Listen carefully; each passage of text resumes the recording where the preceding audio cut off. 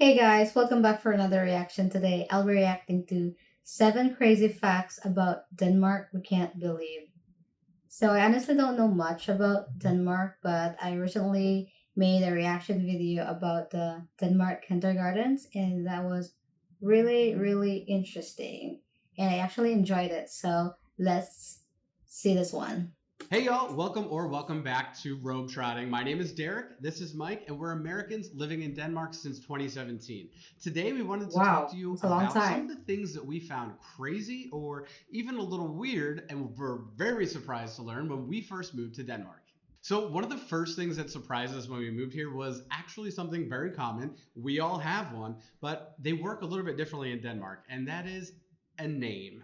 Yeah, that's right. It seems like when we first moved here, everyone had more or less the same name. You're a Casper, a Jasper. It's not that many different first Really? names. But then we learned that maybe part of the reason why is there's literally a nanolan, a name law that dictates how names can be taken in Denmark. Ah, Yeah, and we come from a country where like celebrities will name their kid Apple and stuff. So it was a bit of a surprise for us to learn about all of these complicated naming laws.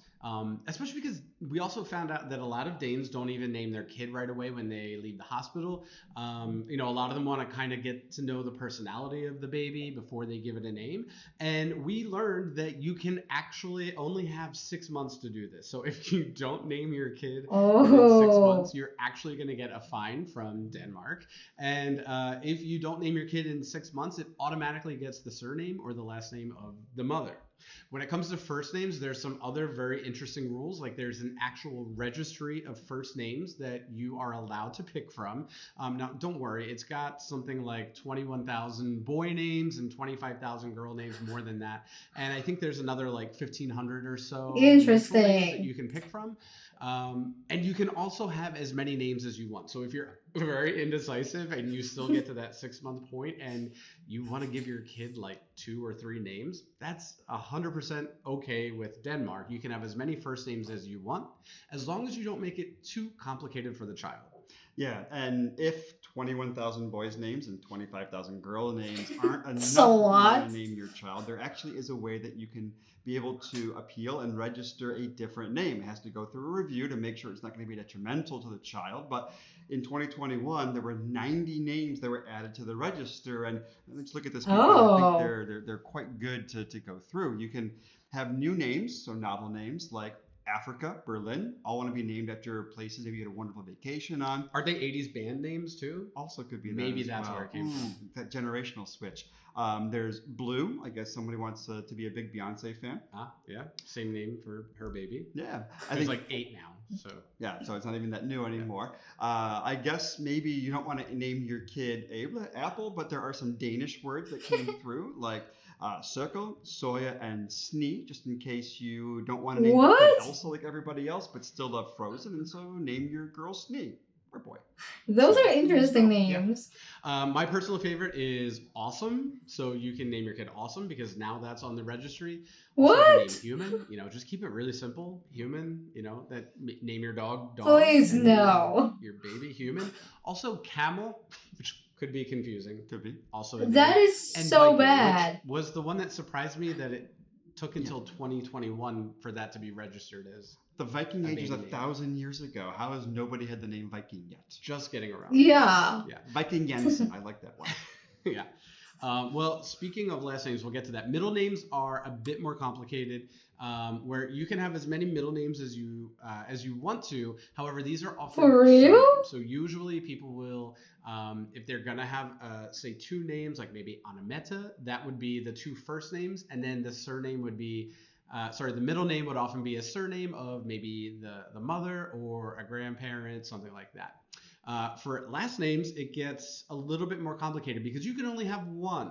What you'll see sometimes is people hyphenating maybe Hopefully just mother and father one. surname, but you do have to have only one surname.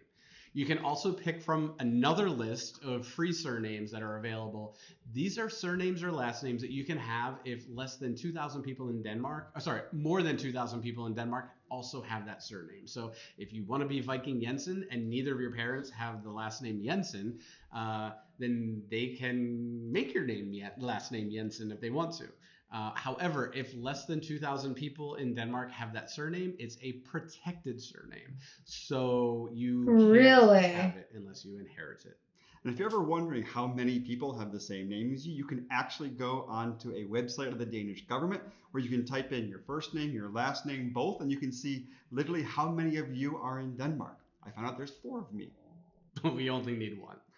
All right, names are a lot of fun, but one of the other things that was crazy that we didn't know about, especially when you look at modern Denmark and modern Sweden, such peaceful, Nordic, kind of idyllic little countries, also the most bloodthirsty 2 countries on the face of the earth. No countries have gone to war more often than Denmark and Sweden. They seem so innocent these days. Yeah, I actually remember early on, I think it was our first weekend that I was living here too. We walked down around Copenhagen. We went to Newhound. I'm like, oh, this is cute. I wanted to learn more It's information about pretty. it. I pulled out my phone, looked on Wikipedia, and I learned the fact that it was actually a canal that was dug out by Swedish prisoners of war. And I Really? like my mind exploded. I was like, what?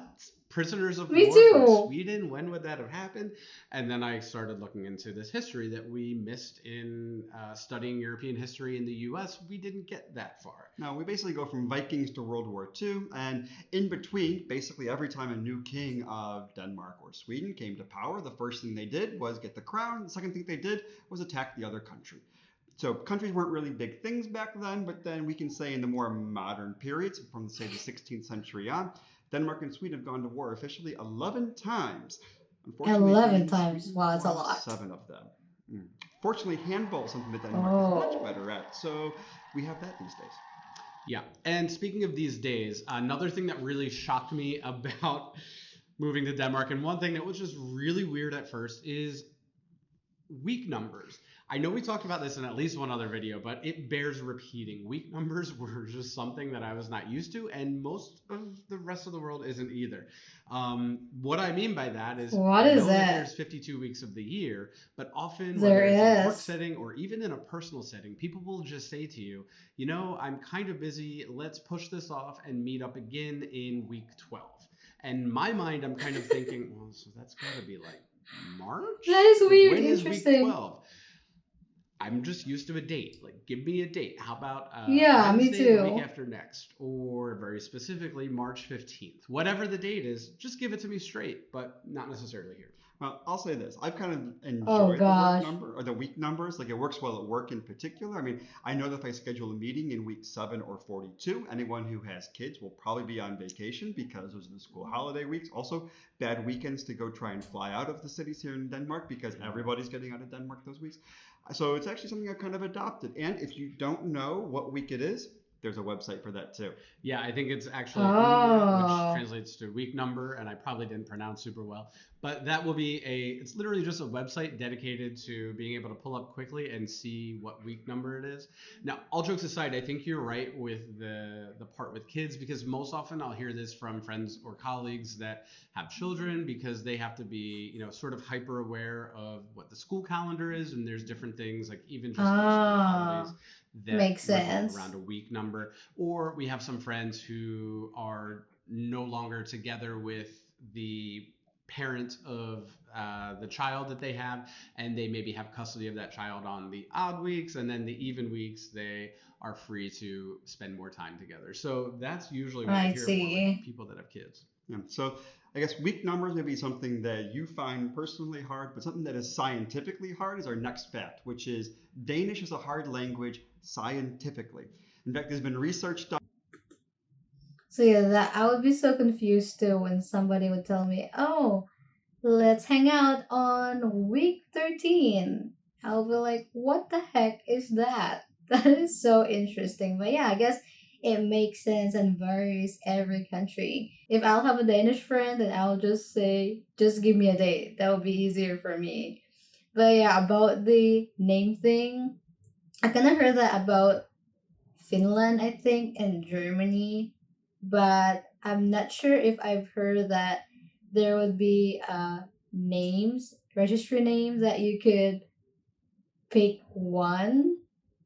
That is easier, I guess, for me to do it because I just have to choose in the registry names. But I didn't know that you could have more than one.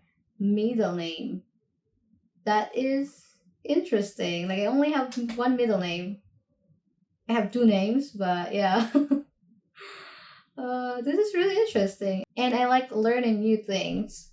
On this recent one done from Aarhus University that proved that Danish is actually difficult to learn. And they proved that by looking at how children Ah, learn languages. In fact, They it's could have just looked how I learned That's true. Danish. That would have been more than enough research right It's there. hard. But rather than that, they put kids in front of a screen to see how it was for them to be able to adapt to Danish versus other languages. Because it's been shown that Danish children have a vocabulary that's say 30% smaller than Norwegian children of the same age. And on for top of that, real? Danish children tend to be almost 2 years behind their peers in Norwegian when it comes to understanding the past tense. It doesn't make me feel so bad. I can't Oh. understand the past tense either. And I've had 6 years. Yeah, it took me about 3 years to learn English, so I figured by my 6th year living in Denmark, I'd have it down. But no, it didn't work out that way. No, not at all. But part of the reason why that Danish is so difficult is just all of the damn vowel sounds. I mean, for one, the alphabet adds three more on top of the five that all of us know. I Ah. mean, you have your A,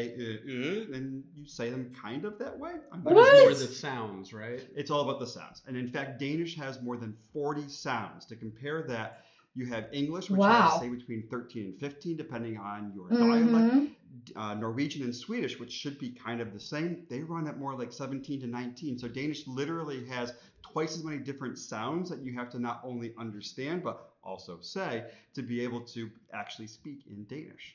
Now, one Danish that's a little bit easier to swallow, haha, is the actual Danish pastry. And what I was really surprised to learn about is that what I thought was a Oh, Danish pastry I growing love up in the United States and pastries. seeing on the shelf in my grocery store or at a local bakery in the US is very different than what Danes would call a Danish. In fact, they may not even call it a Danish. Usually they'll call it wienerbrød or Vienna bread. And that all goes back to a Oh. baker strike that happened in the mid 1800s. Yeah, so basically the bakers went on strike here in Denmark, and so the bakeries still had to be able to bake bread, so they imported labor from elsewhere. In this case, they came from Austria. So the Austrian bakers came in and they brought their Austria. own delicacies, pastries, and ideas from their home country. One of them being this delicious, buttery, flaky treat that now we all know and love and have breakfast with their colleagues and have it, and they called it the Wienerbrød because obviously the bakers were from Vienna. Yeah, and I guess when it comes down Now to I it, know. it's basically the Okay. same. A lot of these recipes are just adapted or things that existed in Denmark before. It's a bit of just having an exotic name that really makes something a little bit special and stands out.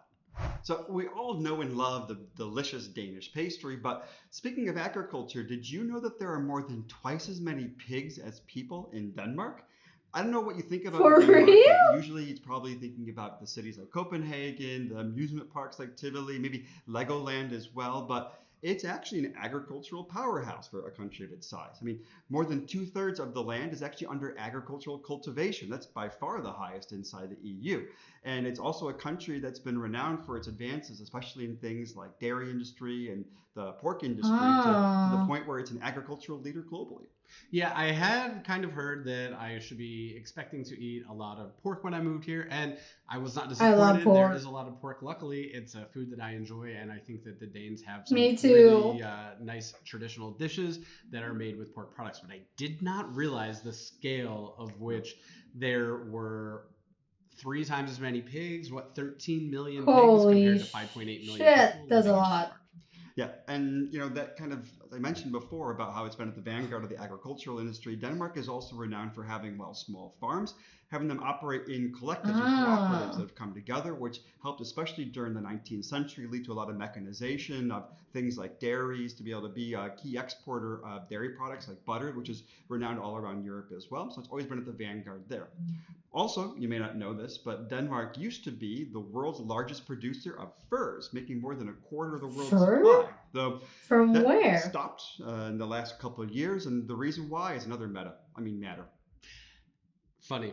So, not a high point ear humor, but That is so interesting to know that there's a lot of pigs in Denmark. Imagine 13 million and then it's just 5 million people you mentioned. That is really, really a lot. And good thing because I do love pork too, but I can't eat them as much now because I have high cholesterol, so I'm trying to avoid them. But yeah. The highest point in Denmark is also something that we found a bit crazy and some very interesting stories that we learned about it. So when you think of Scandinavia, you probably think of mountains and fjords, Norway, Sweden. Yeah. Denmark is kind of the outlier and very different. In fact, the highest point is only 170 meters in elevation. Yeah, and beyond 170 meters not being all that high, there's also been a lot of confusion over the years on what the That's so actual high. highest point in Denmark is. For ages, it was thought to be a place known as Christiania? Not the highest not point? the highest point. Oh, okay. The highest point is Himmelberg, which Ah. is also known as Heaven Mountain in English. And it's over in Jutland, and for centuries it was believed to be the highest point in all of Denmark. Yeah, but an ironic name because Himmel Mountain or Heaven Mountain would signify to geologists that it's at least 300 meters in elevation, and at only 170 meters, it's certainly not qualified to be a mountain at all. Even though the flag comes down from the heavens, Aww. it seems like the mountain doesn't quite reach that high in Denmark. But that was only until 1847 when they discovered that's not actually the highest point in Denmark. Instead, it was a burial mound from the Bronze Age in Jutland as well that was slightly higher than Himmelberg. The first one they believe that was the highest point is called, let me look this up, it's Ejer Bavnehøj. And that only lasted 100 years as the Ah. highest point in Denmark until a neighboring burial ground known as Yndlingskøhøj was discovered to be slightly higher by about 25 centimeters. But all this controversy on the highest That's point in not Denmark that ended in high. 2005. It's my favorite controversy in all So of Denmark. much. In 2005, researchers discovered that actually the highest point in Denmark is a place called Møllehøj, or Mill Hill, I guess. It's slightly higher than either of those burial grounds, and so therefore it is the highest point in all of Denmark. Yeah, and I'm pretty sure it's just like on some dude's farm, which is the most hilarious part because all they did was put kind of like a concrete marker there. But the other places that they thought were the previous highest points, they actually built some like very nice monuments and then kind of had like some egg on their face, so to speak, when they realized that it wasn't actually the highest point and something else was. But they have some nice monuments there to commemorate being the second, third, fourth highest. And at this point, they're like, fuck it.